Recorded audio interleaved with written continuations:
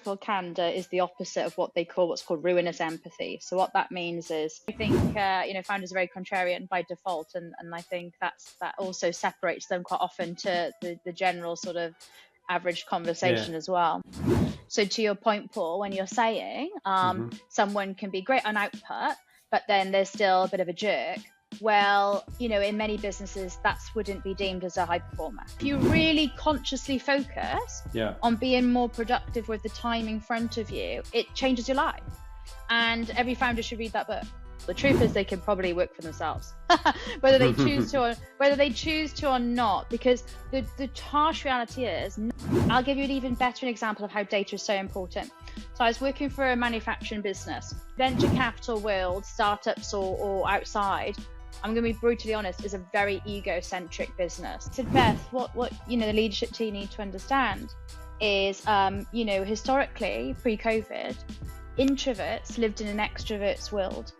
We had to go to the office, and we had to be loud, and we had to be on these meetings. And now the world is an introvert world, and extroverts don't like it. And then I got to a stage in my career where I thought, well, actually, my mission and what I've loved most is helping founders win.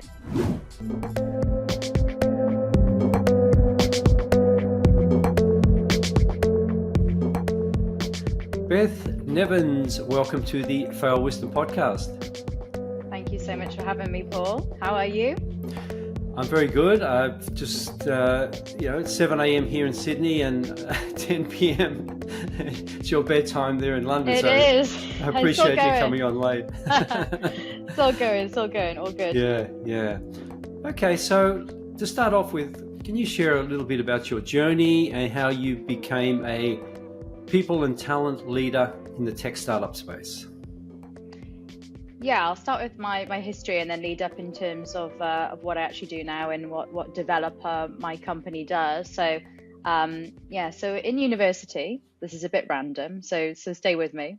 I actually studied theology. I was very fascinated about, it does not match up to, people get very surprised when I say this, but I studied theology. I specialized in Islam, and I'm an atheist, just being honest on that front, but I was very, very fascinated in terms of different ways of thinking to myself. I grew up in a town that was not that diverse.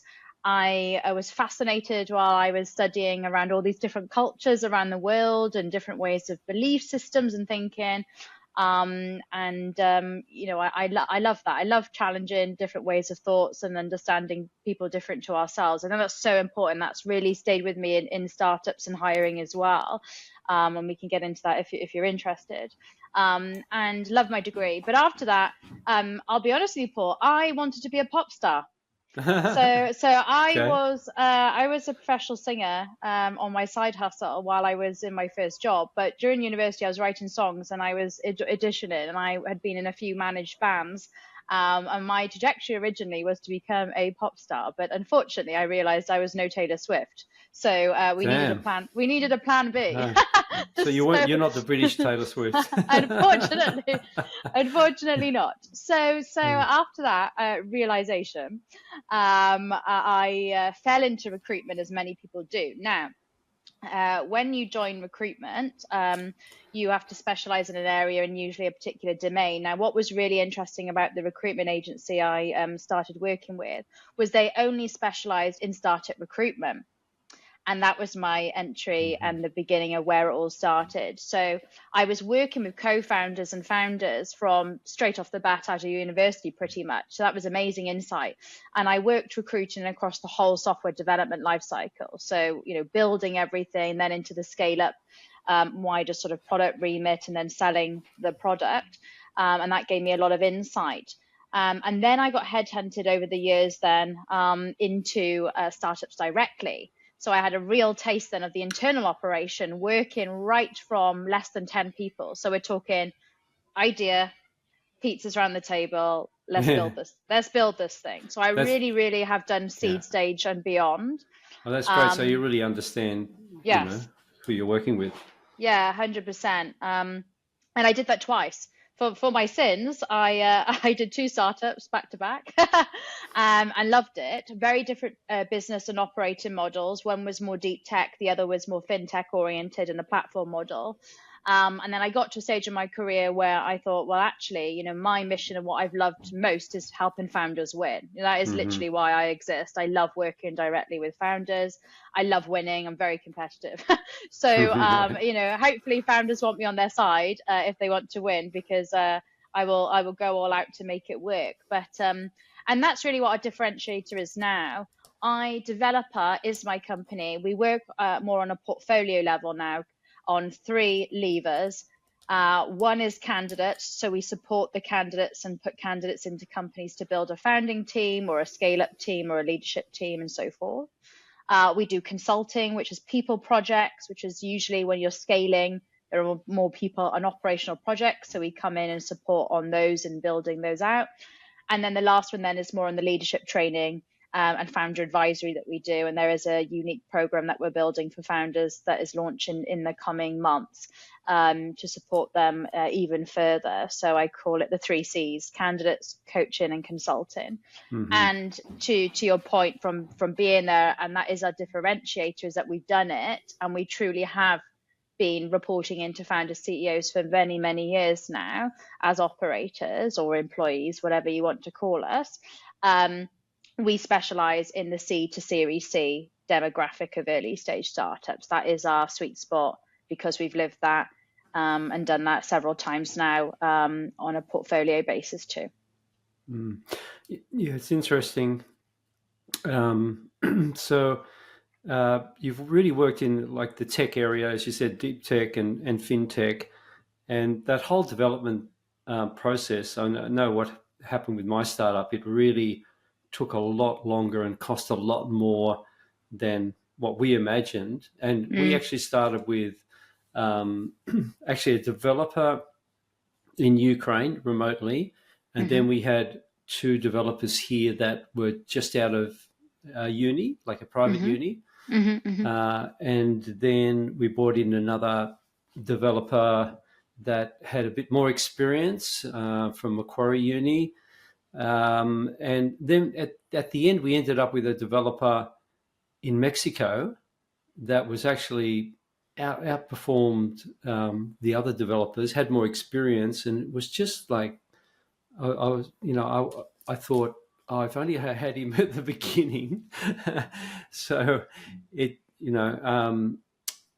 does, the whole process just, I mean, I hadn't had experience in that before, but that developer in Ukraine said it'll take 6 weeks to build the platform, 4 years later, or 5 years, and all this work going into it. So do you find that usually, I mean, obviously you've got founders with experience in that area and ones that don't. Do you often find that time frame can blow out in development?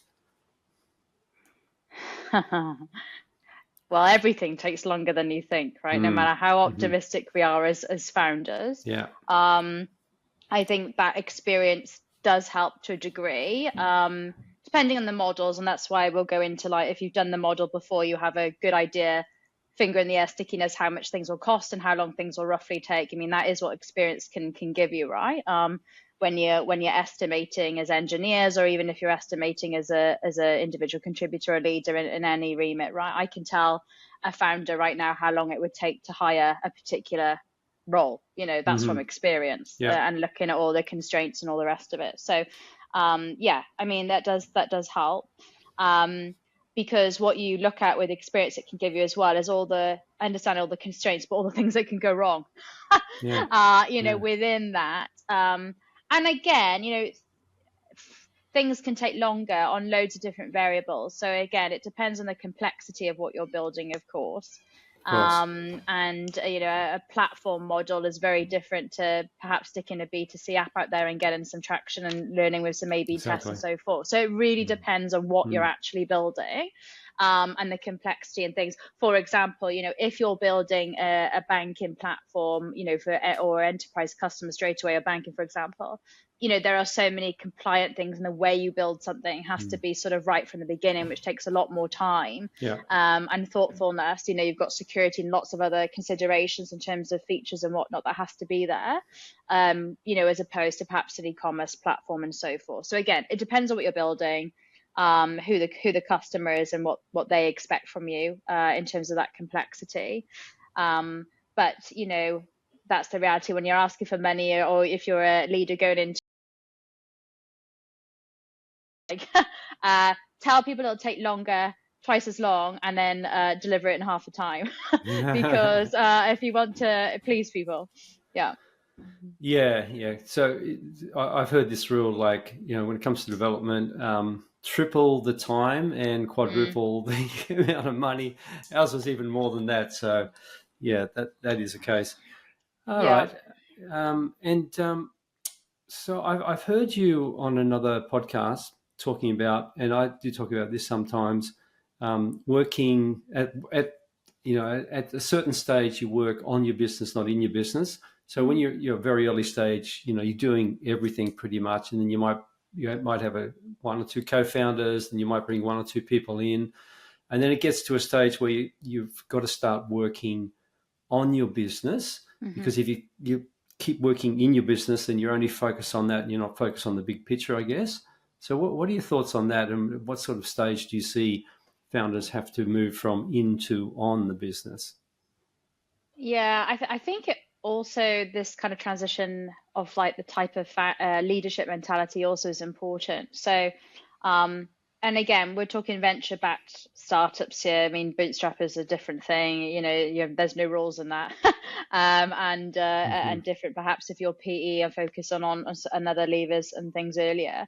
But anyway, let's stick to venture capital. Typically, and again, I don't want to headcount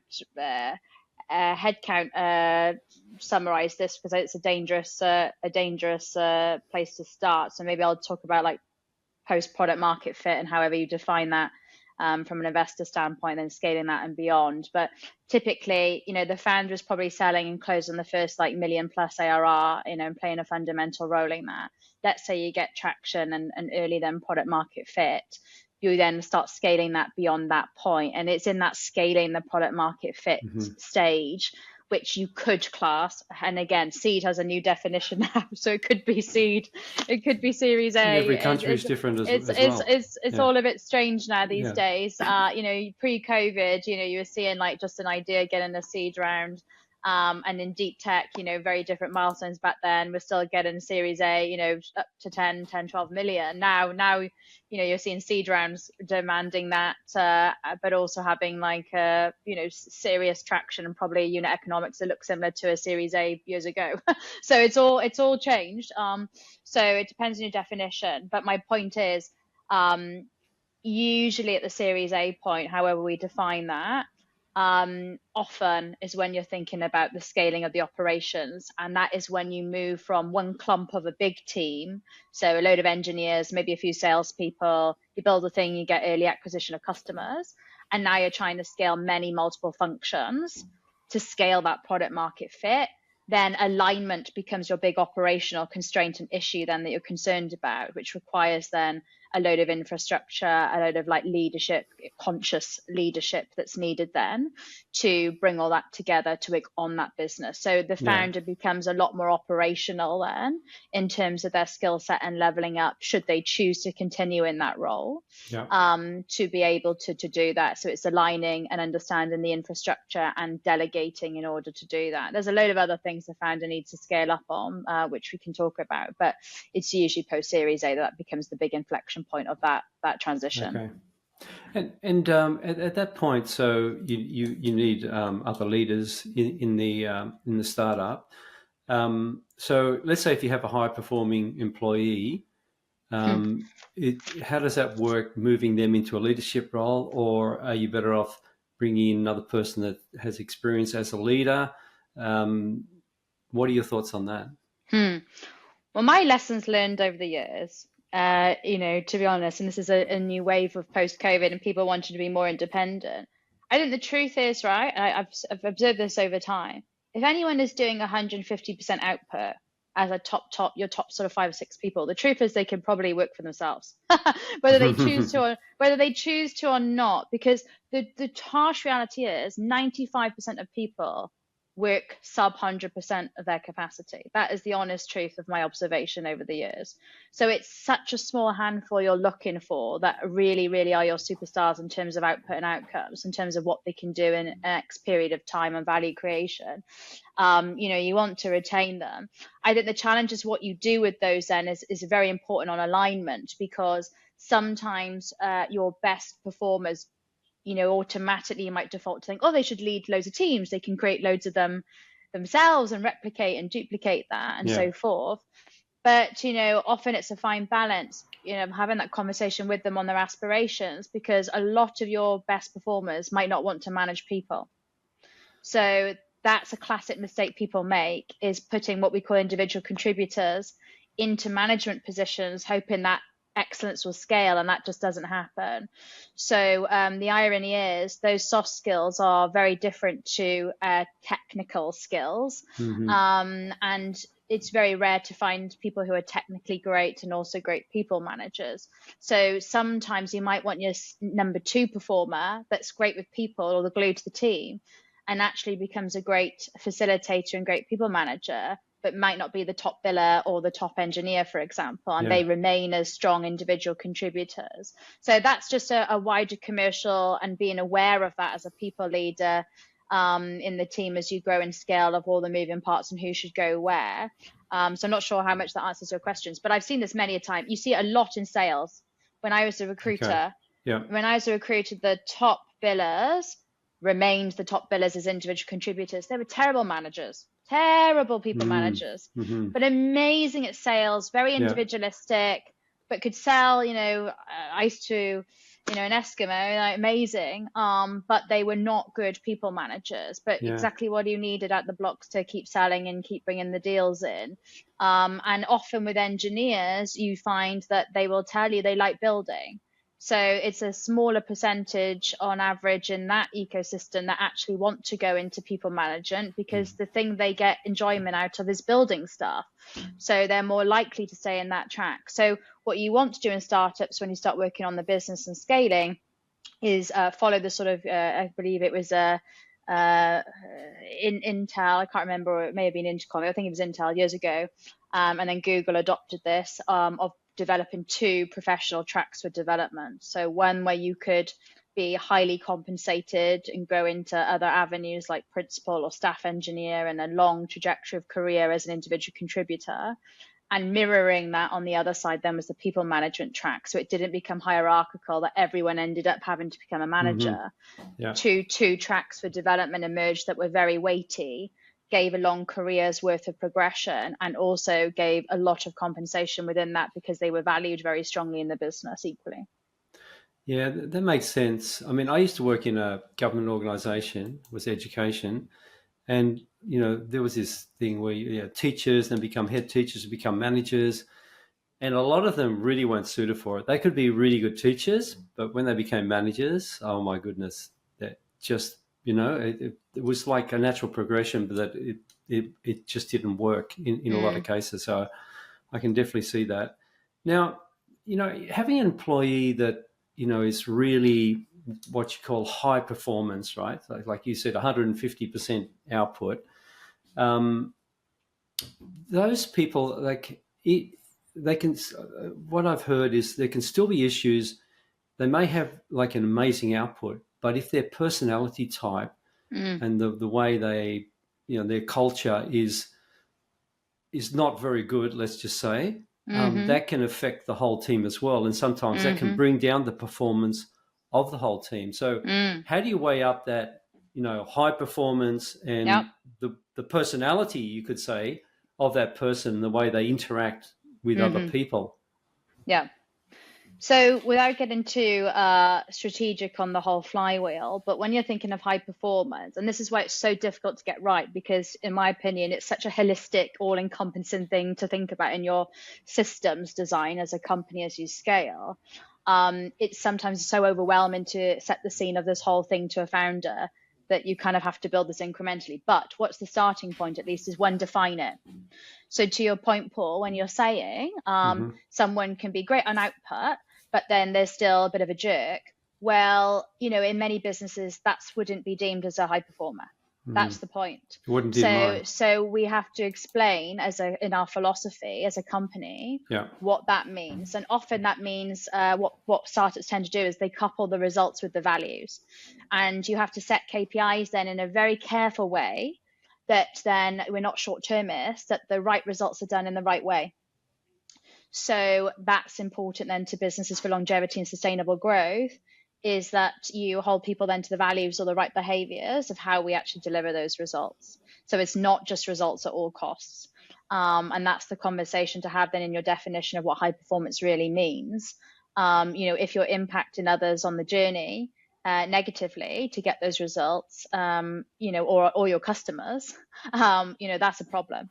So that's the thing you have to think about, balancing the long term with the short termism when you're thinking about hiring as well, in terms of those behaviors.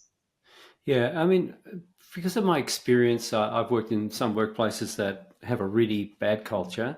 Like when we had our startup, Diane and I, my co-founder, like the culture was like the number one thing for us. We had a really good culture. We really looked after our people. You think of them as human beings. I would say sometimes I used to say family, and then I realized it's not really good to say family, because then if someone has to go, then you never get rid of your family, right? So, but you look after them as best you can, understand them as a person, and be caring, have a caring culture. And everybody worked for us. They didn't need any supervision. They worked really well, fantastic output. So I really believe in having that culture, a really good culture, and looking after people is number one, rather than high performance and bad culture, so to speak. And you can have high performance and good. I guess really it's contradictory, because you can have a really good culture and you actually get a much better performance. So I guess. Yeah. So Paul, I'm not sure if you're familiar with this, but this is a transition that's happened in thought leadership, of moving from traditional management, which is very output oriented, and of course I've mentioned that's still important, but traditional management in more of the Industrial Revolution and onwards, where management theory and the concept originated, was much more focused on output and measurement, right? Where employee experience now, and thinking more about a people experience, which is even the further evolution of that, which is thinking more in the human sense of what you mentioned. People are people, Exactly. not just employees, and thinking much more in a human centric way. Then what the new wave of leadership is much more focused on the obsession around the input and the cultivation of high performance. So the output will happen, but that is a consequence of what you put into the system, which is why I'm so obsessed on talent, because I think what you put in will already lead to better systems design and better behaviors if you're really, really rigorous on the interview process in the first place. So I've come on that journey over the years. All are equally important, but as I've got older, I've realized the input is way more important than focusing purely at the other end. But they all are important when you look at where you sit in the market ultimately, which is what, for my opinion, commercially, the harsh reality is culture should be where you sit in the market if you have a great culture and so forth, because it means it's sustainable. But to your point then on bad culture, the argument I'd have here is that is a very subjective definition. One culture will suit a demographic there that might be very happy and doesn't suit another. But what does exist are strong cultures. So you can go in and describe it very quickly and recognize whether it is for you or not, because it's so in your face and so obvious. Where weak cultures are where it's not really obvious and people can't really explain it, because it's not really felt and lived and kind of strong enough in terms of the leadership behavior and what they like and what they don't like. So that's, for example, some fintechs are very, very strong on their culture, but it's not for everybody in those types of very demanding or types of cultures, which I won't name names, but we've got, double unicorn, triple unicorns in the UK, which are very well known for a very strong culture in a particular way. But that could be very different to a wellness platform company that has a very strong culture, but is very, very different. Yeah. Which one is right? That's not for me to say, which is why I think it's important as a people leader, when you go into a business, you don't bring your subjective definition to culture and impose that. It has to fit the founder, has to fit the business model, has to fit, the strategy of what you need to move the company and that type of model forward in the market. But also it's important. You Yeah, still go got on. to think of the people that are working for you, because what I see in some startups is they have this culture of working. I mean, look, as an early stage startup founder, you do work long hours, right? But if you continue that for a long time, then you'll get burnt out. Like, I've interviewed Yeah. people that have been burnt out in startups, in corporate, everything, all the long hours, and there is a bit of a culture around that. I've talked to people, yeah, no, we work 7 days a week and really long hours. But I'm thinking, how long can you sustain that? Because I talk to other people in the, wellness area and mental health, and, that's just not good for anybody. I mean, everyone's different, but most people can't sustain that. And, like some corporates, and I guess some startups as well, they expect the people working for them to work those really long hours. Even some cultures, like I've heard, for example, in some Asian countries, if they're not seen by the boss at 10 o'clock at night, here you are at 10 o'clock at night, but you're the boss, right? But you know what I mean? It's like there is a point where, people can burn out, and there has to be some sort of balance, really. Yeah, I mean, I don't disagree with that. Although there's lots of moving parts to this conversation and nuance. So, like, first of all, I would get to the point of, like, there's a wider philosophical conversation here of what actually is burnout. I'll give you, so to counter your point, I can work very, very extensive hours when I am supported, when I'm engaged with what I'm doing, because I love my job. I love what I do. Actually, I don't think I work. So I do that out of my own will, truly, truly. So compared to the average person, I can tell you hands down, I work way more hours. That's just a given, right? And I'm still going, and I'm still here. Yeah. But so my point is, burnout in my lived experience, and I've had it, has often been less to do with the hours for me, but it's more down to, like, lack of engagement, lack of management support, poor prioritization, and the boundaries of what we're working and what we're not, on the scope creep and so forth, and not always having the best team around you. So when we look at, like, what fundamentally, it goes back to your point, high performance is the blocker to that. It's usually often a few things: clarity in the business, ability, so like lack of resources, or lack of tooling, or lack of priorities. There's always that's a big blocker to, like, working within the hours and so forth. Psychological safety is a massive one. Not be able to voice then or challenge, like, should we be working on this? Should we really be working on these hours? Like, is this really a fire right now we should be fighting, and so forth. Feedback, which is often poor, to voice these things one way or the other. And in my experience, those are usually way more fundamental factors that lead to burnout rather than the hours. Makes sense. Because it contributes, it's the underlying root cause that contributes to working out of hours, and so forth. So what we need to focus a lot more on is how can we actually optimize our performance within a time period of time, then diffuse and fill that space up unproductively.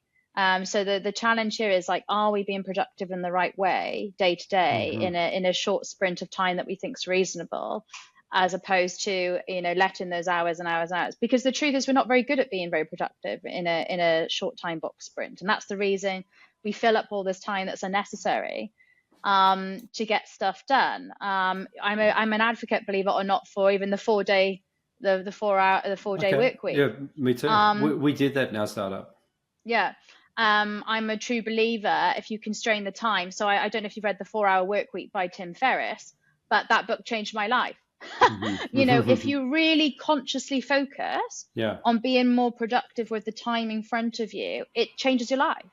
And every founder should read that book, because, and I think the challenge at scaling with humans, if you think on the human-centric point, everyone does work differently. You can even see a psychometric test. Some people are more productive in the morning for whatever reason.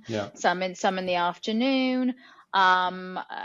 People work around their hours, and this is part of the reason why I work for myself. I will happily work on a Sunday, but I might want to take a Friday off. I will have mad bursts sometimes in the middle of the night. I'll get into bed and I've got this idea and I need to all of a sudden get out of bed.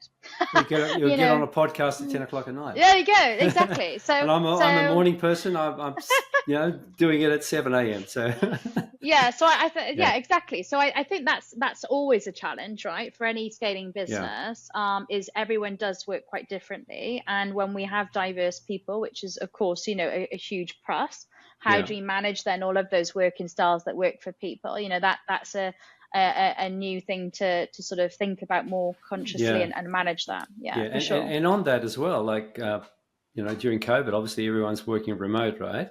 And now, a lot of people still work remote, or, they do hybrid. And then even now, just yesterday here in New South Wales, the state government, I think they said that, employees now have to come in to the office. And you hear like people like Elon Musk, and, I personally think it should be a bit of a mix, and everyone's situation is different.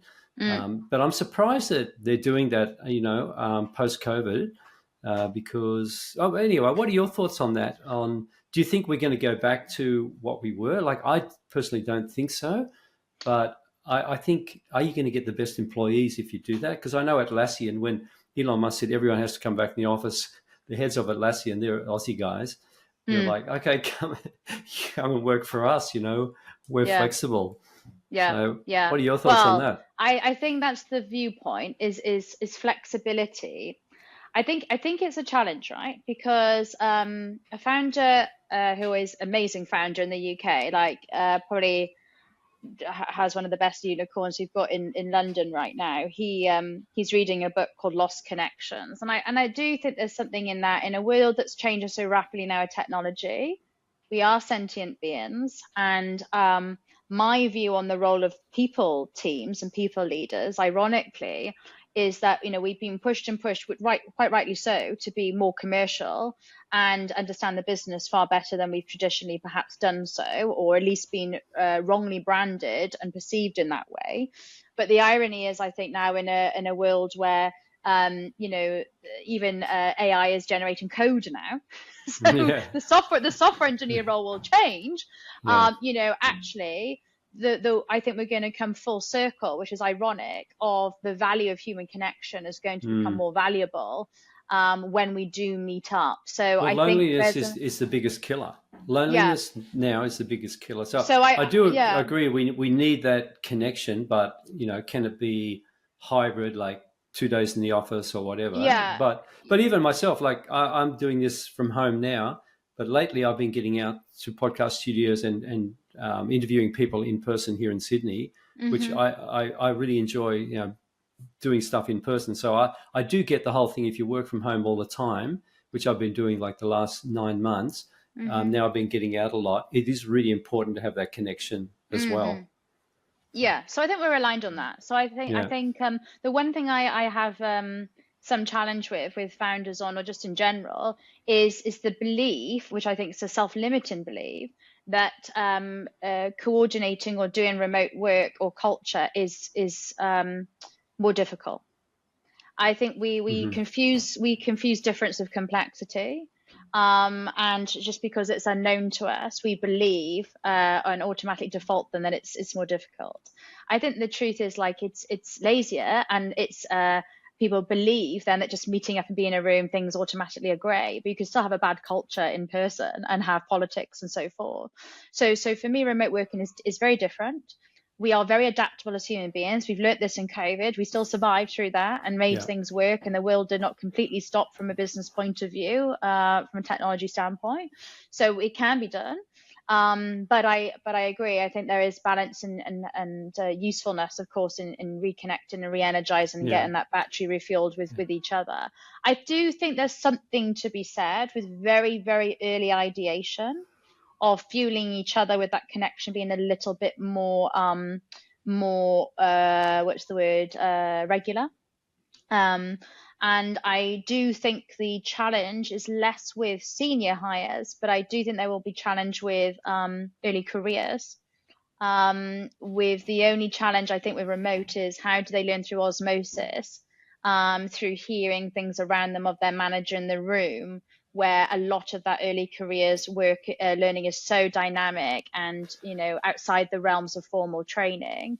I think that's the only question mark I have, is how do we look at the workaround to ensure that early careers are still learning?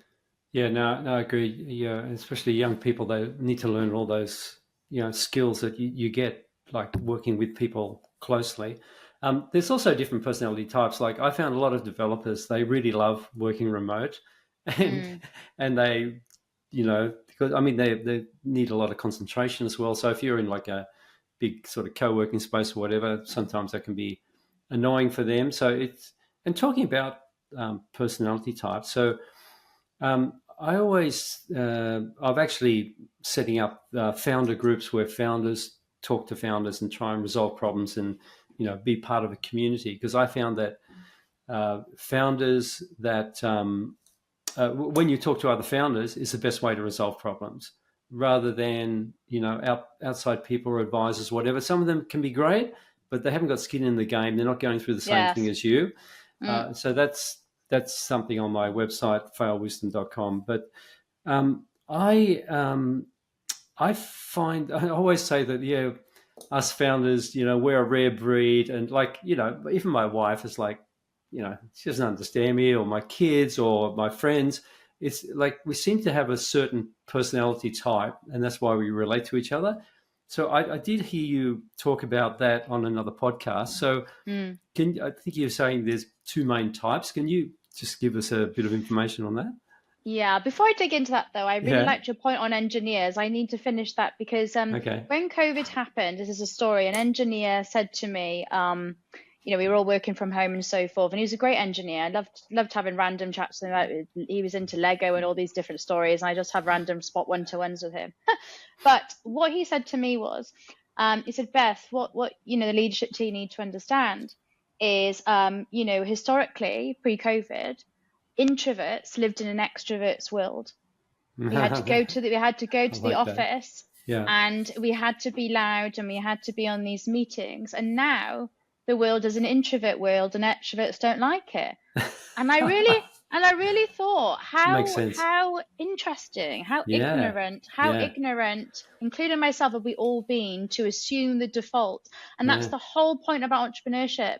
We should look around the things around us and ask why and challenge it. Even if it's Yeah. great, how can it be better, or how could it be different, and how is that lived experience? That's what diversity is all about, not just around the obvious external differences that we Yeah. have, but even Yeah. the personality types, as you said. It's very, very, very multifaceted, and that really made me think. So I do believe in flexibility for all those reasons, as you mentioned. But to Yeah. your point on founder Just before you go into that, like I yeah. just thought of a great example. So I used to work out of an incubator here in Sydney, and there was a big team that were working on sort of like a Neuralink thing, but not implanted in the brain, right? Like Mm-hmm. amazing technology. And these guys are all scientists and engineers and all that. So they're pre-COVID, they're all there, the whole team, like big team every day. And, post-COVID, it was only one of the team members there, and she's like a more outgoing personality. Those guys, you just did not see them ever again, Yeah. So that goes to the case. Yeah, exactly, Yeah. exactly. Yeah. I am surprised in London. It's different to my hypothesis. There is still quite a lot of software engineers in London, at least, that do like to go in. And I'd like to think that's a testament to culture and the values still in people. But yes, I agree. We need both. And to your point on founder personality. So yes, I mean, look, every human is different. So I work with all sorts of founders that are very, very, very different. And you need to adapt to each founder personality and idiosyncrasies and all the rest of it. Like day to day, that changes. But as a general rule, there is a common thread in what's called an Enneagram, which is different personality types that I tend to find, certainly on analysis and so forth and questions, that founders tend to fall into two buckets. And one is the enthusiast. That's me. Yeah, which is, great visionary person. I believe Richard Branson, by analysts, say he falls more in this type. is very, very visionary, perhaps not the most operational person, but Yeah. extremely great with vision and inspiration. And the other is more the challenger personality. Maybe that's more Elon Musk, which is, really, really harshly criticizes the status quo and the way the world is. And we should go back to first principles all the time, that it could be different. I'd probably say I fall in that camp. Personally, they make good executors too, I think. Both are quite challenging personalities as employees, but also great entrepreneurs. And just to that point as well, you challenge as employees. So yeah, I never liked working for anybody my whole life. Nor me. I have, yeah. I think that's a common thread in founders as well, and that's part of the reason why we go through these, these startups as well.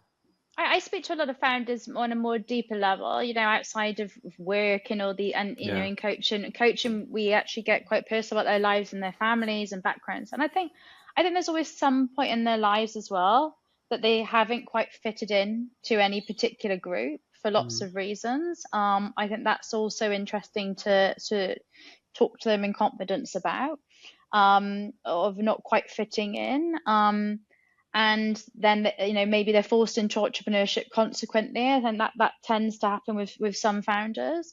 And then, like you said, the other is the obvious one, where they've kind of always been a bit contrarian or resisted sort of the standard. And even if you look at institutional learning of how, and there's nothing wrong with that profession by all means. It's the most valuable thing we have in the world right now for lots of reasons, with bad things going on in the world. I think education is at the heart of this, or lack of. But I think we're kind of trained in a particular way to think of facts of even history or the world, that's very objective truths and absolute truths, when actually a lot of it is very grey. And I think that's the beauty of education, that you realise this soon enough. But I think founders are very contrarian by default, and I think that also separates them quite often to the general sort of average conversation as well. I think it makes us bad employees as well. Yeah, to your point, it's that too. So I would say in the usual case though, because when the lovely beauty of being with employees and having leadership in startups is the good startup leaders welcome a huge level of challenge. And if you have great leaders and good founders, to be honest, they really welcome that.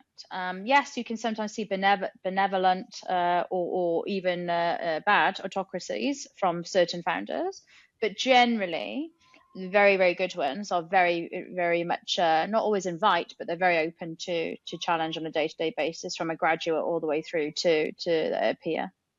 Yeah, I think that's really important, because you need to get that feedback from everybody as well, not just think, oh, this is my idea and that's it. You need to get that constant feedback. And I sort of believed in it was only like at one stage with interns and that we were maybe 10 or 12, but I like sort of a flat organization, not hierarchical. And I guess, if you go to another stage, then you need to have, like you said, bring in leaders and all that. But as flat as in anybody can approach anybody. I always made myself out like the dumbest guy in the room. I probably was anyway, but very approachable. And you know what I mean? Like I just, that's sort of my philosophy with people working for me. Well, hopefully you hired people better than you in any event, and then by proxy of that, or by result of that, then you should be the dumbest in the room. Yeah. But it's true. It's true. I actually heard some very successful founder once, I forget who it was, saying, "My only job is to hire good people, and that's it, and that's the key to success." So. Honestly, I live and die by that. That's literally my mantra of teaching founders, and why I think the biggest value can be is leveling them up on recruitment and recognizing that is the most important part of their role, that and money. But I agree with you, wholeheartedly. Yeah. Now, this podcast, as you know, it's called Fail Wisdom, so it's learning from failures. So what is a failure, say, like in a startup yourself, or a startup that you can talk about that may be a big failure that, you've learned something from? Like, what happened, what was the result, and what have you learned from that? Yeah, I think maybe I'll talk about my own, and then I'll go into like more of the broader like commonalities that I see Yeah. within some of the startups I've advised, I've audited, I've done all Hmm. sorts with. I think like, even I as a recruiter, like we're not infallible. I've even hired in my earlier days like the wrong people.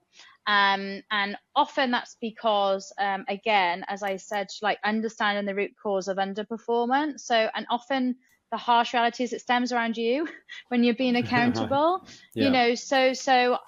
I hired a person years ago that had like an amazing kind of, so he took high on the attitude bit. For my part, the issue was wasn't very experienced at all in the role that I wanted him for. So I took this massive gamble. But what I hadn't done in the interview, and this was my own fault years ago as a early hiring manager, was explain the expectations of the role properly. So like we all agreed on all these leadership concepts, diversity, equity, inclusion, all these things. So great attitude, but he didn't fundamentally understand the role. So when he came in, he didn't want to do the things that we needed him to do. Which is a lot of things in a startup. Normally, you Which have is to do a a lot yeah, of but stuff. it was just Flexible. to Yeah. anyone in the people function, it would be like really obvious what they had to Yeah. do. But we really went, I really went off the radar and to pick someone from a completely different domain. So I tried that theory and it didn't quite work. I'm not to say that you can't find people from very different spectrums to go into certain functions. I think, taking those risks are important, but it was a risk that didn't pay off, but it was down to myself. I hadn't explained the expectations of the role properly. So I think sometimes we can classically get seduced by some of those confirmation biases or some of those things. And that was a good example of like not sense checking my own sort of biases or not recognizing that it's my role as a leader to set those expectations as part of that interview process, which I now train founders on for that very, very Hmm. reason. I think the other thing as well, venture capital world, startups or outside, I'm going to be brutally honest, is a very egocentric business. And what comes with that, if you're a minority in a leadership team or in any group of psychology of how anthropology and things work, and if you are you know the youngest person sometimes, or you've done very well on accelerated career at the table. I think when I look back on my career where I have known through logic, reasoning, experience, and data that a certain decision was needed, but through sheer like lack of confidence, I've not pushed for that enough. Bad things have happened consequently. Hmm. So I do think there's something to be said in terms of like resilience is important in a startup, but the harsh reality is that confidence is very important to be a strong influencer in a startup because it is a very egocentric game. So I think building on your self-confidence as you perhaps approach your first leadership role, or as a very experienced individual contributor taking those more higher stakes conversations, you have to back yourself just like the founder does to go toe to toe with them, because sometimes, to be very honest, the data just isn't enough. So you Hmm. have to have that confidence and conviction in the storytelling and even the delivery of the message you're trying to say, Yeah. to have that gravitas. And that's something I, ironically, believe it or not, I had to work on over time.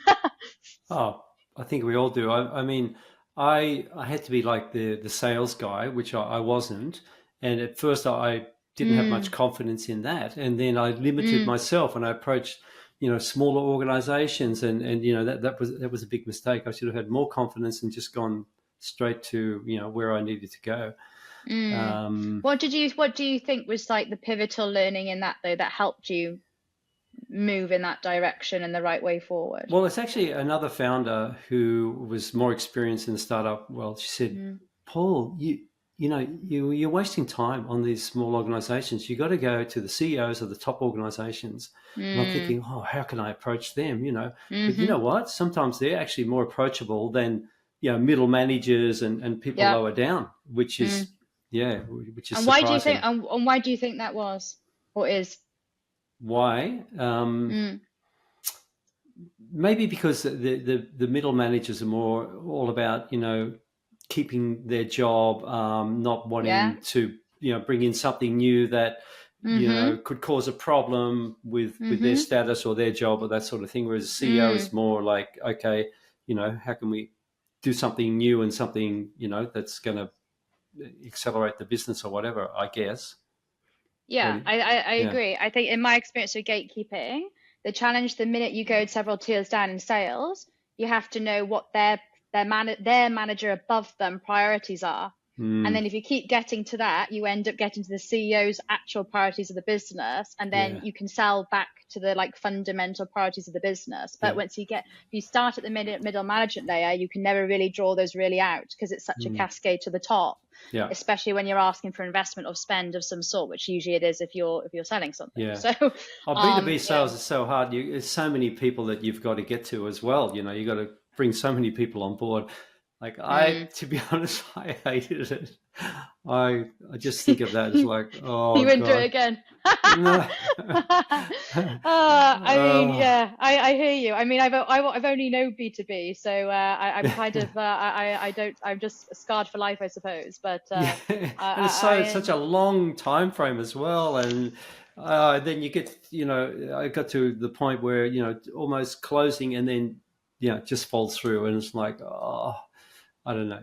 I just, it's not me. You know what I mean? I mean, yeah. I mean, there's the key thing with deals that I've learned all the time, because I coach sales and recruitment teams for a job, but the whole thing about startups with selling, my job at least at the highest level, is like block and tackling and forecasting like every risk that's going to stop this deal going through. That's my job. Like they can do all the other motions, but my job fundamentally is to de-risk every part of that sales funnel, of the journey of the customer, as much as possible. So that goes over the line. And through doing that, I'd like to say on my last account, I've just had 100% offer and acceptance rate. But that takes all of it all the way through is risk. So even though the irony is in startups, you have to have a strong appetite for risk.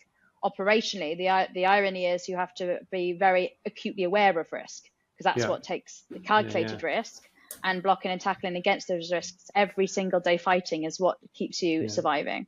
Yeah, and sales is the key. Like if you can't sell anything, it doesn't matter what you've got, the best product, service, SaaS, whatever. If you can't sell it, and that was the case. Like we had award-winning platform and scenarios and all the rest, but couldn't sell it. So sales is really key in startup world. Well, I mean, I don't know your business well enough to know, was it the product, or did it actually have product market fit ultimately, in terms of the pain point? I don't know, you know more than me on that.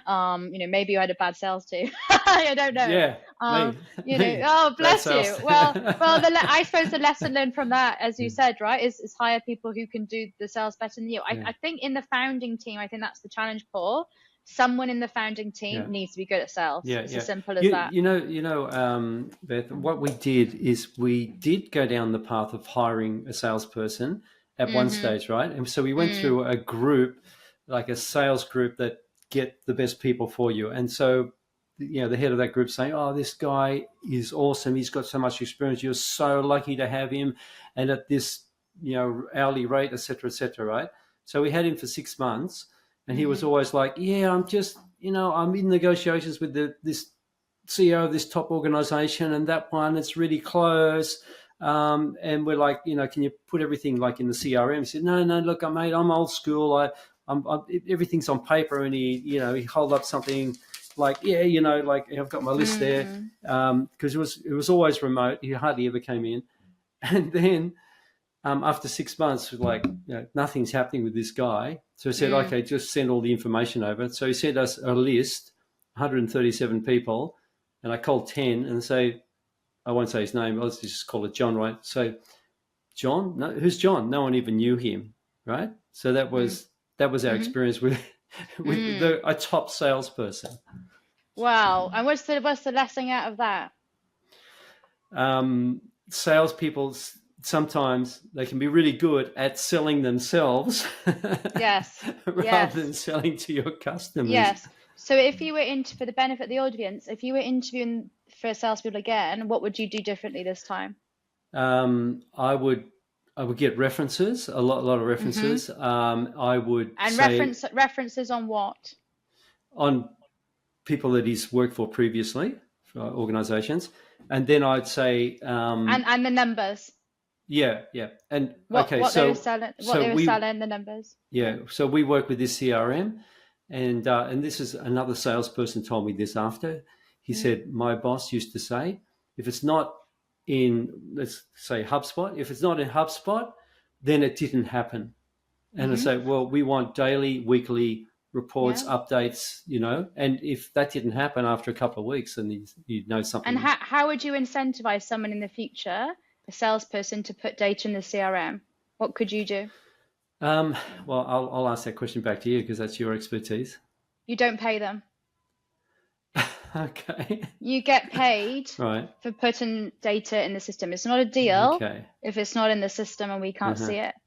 This Uh-huh. the why is that important? Because in sales, data is the absolute creme de la creme for that business to make money scale wise for the individual and for the team and for the company. I'll give you an even better example of how data is so important. So I was working for a manufacturing business, and we were in a bit of a crisis, and we didn't have a sales leader. So randomly, the CEO put me to run sales. This was just like on top of all the people stuff, the talent stuff, the crisis management. All right, okay, Yeah, I'll do yeah. it. So the first thing I did was I started in the CRM. It was exporting all of their email chains to the customers. So this is honestly true. I went through all of their email chains to the customers. I was studying them. Yeah. And through that analysis, I picked up the customers were constantly asking, when was their delivery sent out? Right. Now it was through that I was realizing there was a feature need from the customer. We weren't even in our operating system of making products. We were not informing, automated or otherwise, when the product was being dispatched. Mm-hmm. And that was a big issue in terms of like customer success confidence, particularly when in particular industries, on time and full is the number one metric you have to hit, even above cost, in supply chain. I was realizing that was a big gap in the customer experience and the like building further advocacy Yeah. that we were missing. That's fundamental to even product development of how like customer insight of analysis of data is so important. Yeah. And you see um now whenever if anything's delivered, you've got, oh, it's just been, it's out of the warehouse, it's on its way, it's here, that's pretty common now. Yeah, well, yeah, but Yeah. when you're building from scratch, that feature Yeah. just didn't Yeah. exist. And that Yeah, was of course. clearly like no one had spotted that was like no one was doing Yeah. it. People just Yeah. assumed someone else was notifying the customer and Mm. nobody was. So I only spotted that by literally watching the customer chains to see what the customers were actually chasing Yeah. on. And I was Yeah. scoring it down, seeing like common threads in the customer language of what was actually happening. But another thing with sales recommendations, I think, look, get coaching practice for sales. I do believe it can be trained to an extent. I think, Mm-hmm. the thing about training of coaching founders is to build their confidence because you build their fluency and understanding the science behind stuff. So if you build their understanding of the psychology and the fluency and the science of it, they do become naturally more confident.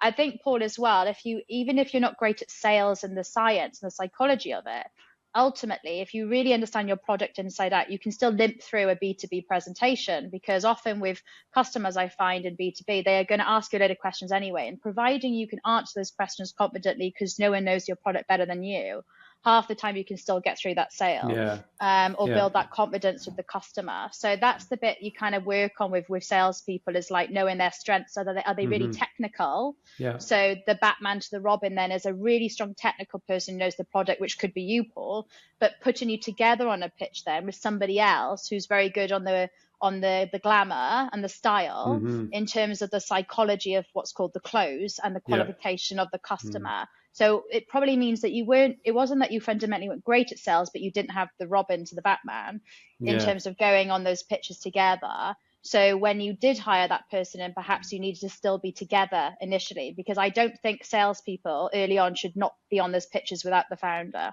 It's Personally. interesting because pre-COVID, because our startup was 360 VR training. So you put somebody actually in the actual workplace, and they do different things and they see the actual consequences of it all there. And so just pre-COVID, we had an intern just on his MBA, and he was a sales guy in Chile, a lovely guy, Tomas, and he started just going to training organizations. He'd just go in person. But, and he was actually quite successful. And I'd go with him and I'd go to presentations with him. Not all of them, but it made sort of a good team. So I come as a founder and he'd talk about it. And he actually got some organizations ready to sign up, and then COVID hit. And so that all blew apart. And then he just wasn't a guy that could sell like online, that wasn't his thing. He was always a face-to-face. So yeah, so that was a good team, but COVID happened and he went back to Chile, and there's different strengths, right? There's B2B, there's in person, there's remote, there's the person that's great on the pitch, there's the person that's like can fling it on the fly, and so forth and so forth. There's really strong cold callers, there's more professional enterprise presentation people. So it really depends on what sort of salesperson you need. But also, it's very important. My advice on salespeople is it's also easy to find someone who's previously sold a more complicated product than you. But if your product is more complicated than what they've typically sold, that's very much more difficult transition of whether they'll be successful or not. So bear that in mind. Try and get someone that's hired something more difficult than what you've got. And if they've been successful in that, they can probably do yours quite easily. That makes a lot of sense. Now, just finishing off, I saw on your LinkedIn profile, you say, radical candor is kindness. Can you explain that? That's so funny. You've been studying me. I'm scared now. Well, what else have you found? Oh, there's another one coming. So, no, I'm just... Oh, bless you. No, I'm an open book. Okay, so Radical Candor, we all know, is a very famous book by Kim Scott, and radical candor is the opposite of what's called ruinous empathy. So what that means is we're so kind that, and we believe we're so empathetic that we don't actually say anything, give any feedback. And actually, that's fundamentally the worst thing you can do for performance. Yeah. And then the person fails, and then you got rid of them because, like I go back to my point, underperformance half the time is bad to our leadership behavior, and we have to be accountable for that. Yeah. Now, radical candor. What it's leaning more into then is we believe it's kind to be more open with feedback.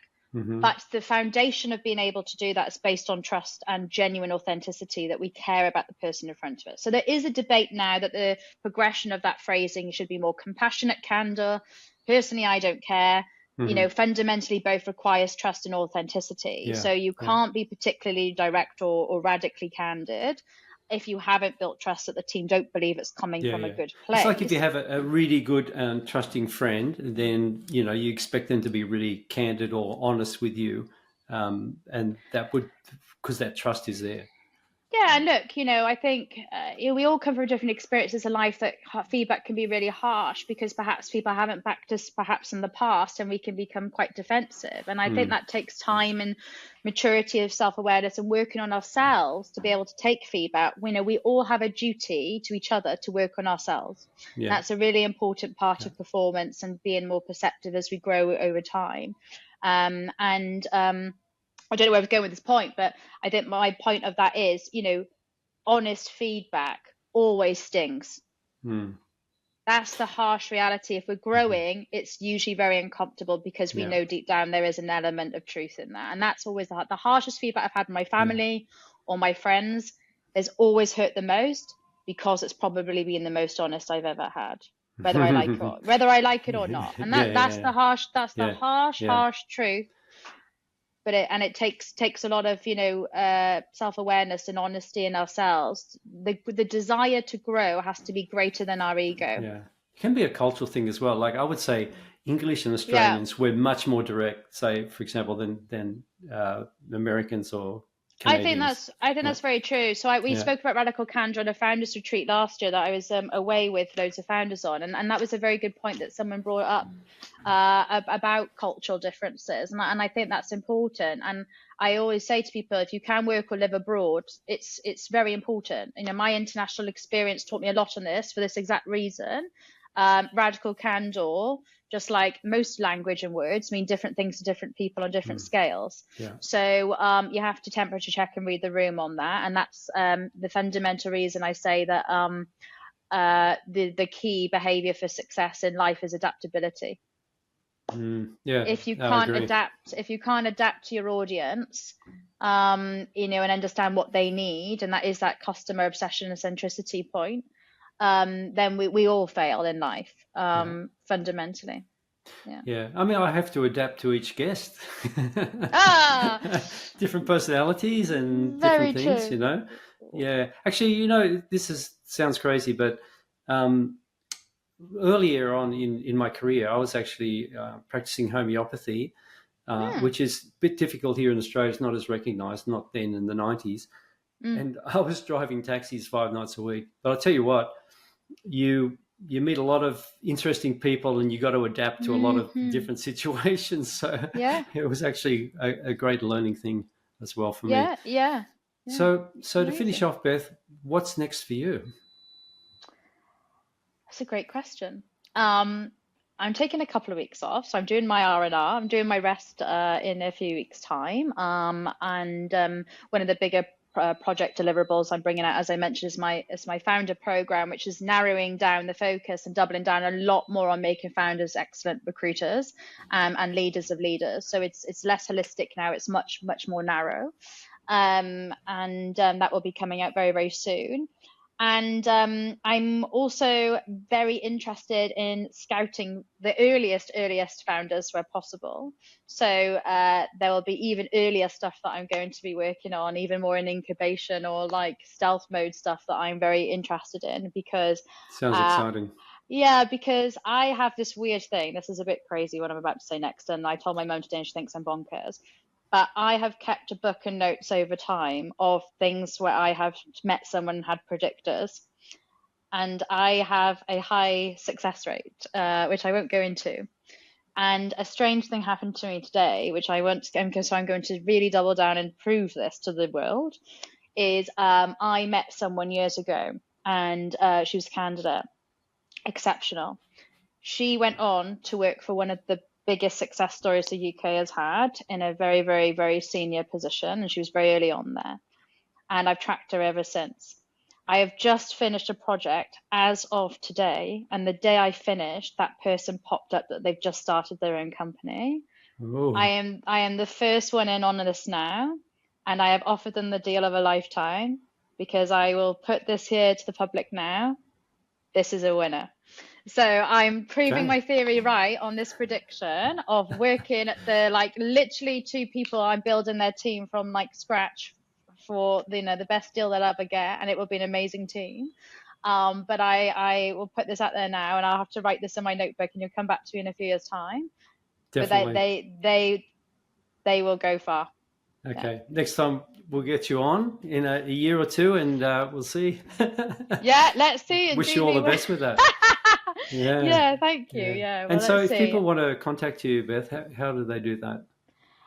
So my website is developer, that's spelled developa.io. Founders or anyone in the startup ecosystem, welcome to drop me a message. I'm happy to jump on a hangout or a coffee anytime. Open door, similar to you, Paul, in style. I'm also on LinkedIn. My name is Beth Nevins, not hard to find, and we also have a company I think it's under Beth N on LinkedIn. Oh, I'm hiding. I'm in stealth mode. I'm in stealth Yeah. mode myself. But you'll Okay. find me through my company page on Okay. LinkedIn as Yeah, well. yeah. Okay. And through my website, my LinkedIn handles on the homepage and whatnot as well. So trust me, I'm pretty visible. So there's no hiding there. And Paul, tell me, what about you? What's next for you in life? Well, I'm working on those founders groups, and I've actually got somebody who's actually just come out of Meta in a high sales and tech position that said that he's really keen on doing something like that as well. So we're working on that at the moment, working on our first group, and just to trial it out. And so I'm actually doing a lot of customer discovery. I've interviewed now or surveyed 43 people, and I want to do between 50 to 100, to make sure that this is viable, this is what people want and what they want, etc. And I'm also looking at matching up with personality types and where their strengths and weaknesses are, using AI to get like the best group of people together. So it's about community and it's about solving problems together. So that's something that I'm working on at the moment, and continuing the podcast, which is fun because I get to talk to amazing people like yourself, and I totally enjoy it. And I thank you so much for being on the show today. Well, that's really exciting, and thank you so much for having me, and I wish you loads of luck as well, Paul. Yeah, thanks very much, Beth.